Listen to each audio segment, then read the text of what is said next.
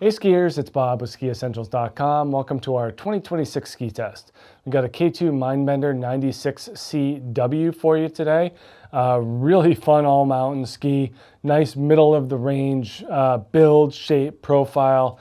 Certainly made to handle a variety of conditions and terrain. It doesn't really lock into one specific thing that it does best, although I will say that it is one of the more mobile and agile skis in this category. It does a nice job of blending kind of a nice energetic wood core with a carbon application to it that feathers and kind of changes the stiffness throughout the ski. So K2 does put quite a bit of sophistication into the construction of this 96CW, and that does make it feel a little bit different than some other skis out there within this range that are versatile, easy to use, and do have a high performance ceiling. I think there's certainly something to be said for advanced and expert level skiers who simply want something easier to use and don't want to have something that's too demanding all the time. They'll fall in nicely with this 96C. K2 does use an aspen wood core. They also use their carbon spectral braid. We've talked about this technology for a number of years now, but pretty specific to K2 and how they weave these carbon stringers throughout the core. They are a tighter weave, so more cross-hatched in the shovel of the ski, and then it gets progressively straighter as it gets through the tail. And what that does is put more torsional stiffness, so a stiffer twisting flex in the shovel of the ski, giving it more precision into the turn. And then in the back, with those more vertically positioned stringers, a little bit more stiffness longitudinally. So that gives you nice energy and rebound out of the tail. What that also does is it makes the shovel of the ski flex a little bit more fore aft. So it's stiffer twisting, but softer this way. And that helps with bumps, trees, powder, anything soft where you want that ski to rise up. That carbon spectral braid technology works great in that regard. And then in the tail, it does make it a little bit stiffer. So if you're pushing in through the turn, whether you're on trail or off, you're getting some nice energy out of the tail. If you're in deeper snow, the tail shape also combines to give it a little bit more sturdiness and substance to stand on, so you can steer really easily through anything deeper. Pretty fun little construction there. They also use a unidirectional flax shield in here, just an added damping layer basically, keeps the ski nice and smooth. This is the 160. We're on the scale at 1,653 grams. So pretty light, pretty thin core profile overall. And that makes for really amenable turning. Just your strategy doesn't have to be too deep. You can really kind of get in and out of a turn without thinking too much about it due to that lightweight and mobile nature.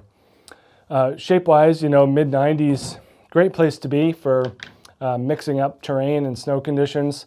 Not a huge amount of camber underfoot, but it is there. And as these Mindbender skis get wider, their rocker profile gets longer and a little bit more dramatic. So longer rocker profile, slightly more taper in these skis than in the narrower Mindbenders, and that's going to aid with flotation and smoothness. Also kind of shortens the effective edge, increases that mobility. Tail follows the same philosophy. Pretty long tail rocker profile. It's not terribly dramatic, not a ton of splay back here, but it is long, and that aligns well with those more longitudinally positioned carbon stringers to really act as a rudder and more of a steering mechanism. And then not a whole lot of taper, nice round shape here, just gives a nice predictable and consistent finish to the turn. Just makes this a really, really easy ski to use. 14.1 meter turn radius in this length. So starting to open it up a little bit, again, as you get wider, you kind of see a natural progression in the turn shape, a little bit less of a slalom style and more GS oriented. So you can lengthen those turns out. You can go a little bit faster, make higher speed carves. And then that straighter cut also allows you to throw the skis sideways a little bit easier without fear of them hooking or catching or really want to be engaged in a carved turn. So a lot of benefits as you get wider from a longer turn shape. In terms of ski potential, skier potential, There's a big range here. I think that it is accessible for an intermediate for sure. If that person is wanting to get into a wider ski, kind of a mid-fat all-mountain ski, and doesn't want something overly demanding, this is a really nice place to be.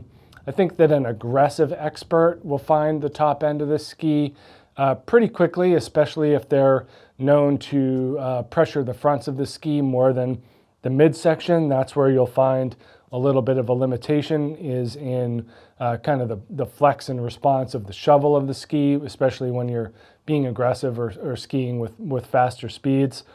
But moderate speed, moderate turn shapes and styles, that's really great for this Mindbender here. So anywhere from intermediate all the way through advanced skiers who want to mix on and off trail, which is a pretty big portion of the skiing population, because they do work well on groomers. I think the softer the groomer, the better. You know, they're not going to hold on ice as well as a narrower ski or a ski with metal or something like that. But they do fine for what they are and what they excel in, which is versatility. So make sure you check out this K2 Mindbender 96CW here at SkiEssentials.com, and we will see you out there on the hill. Bye.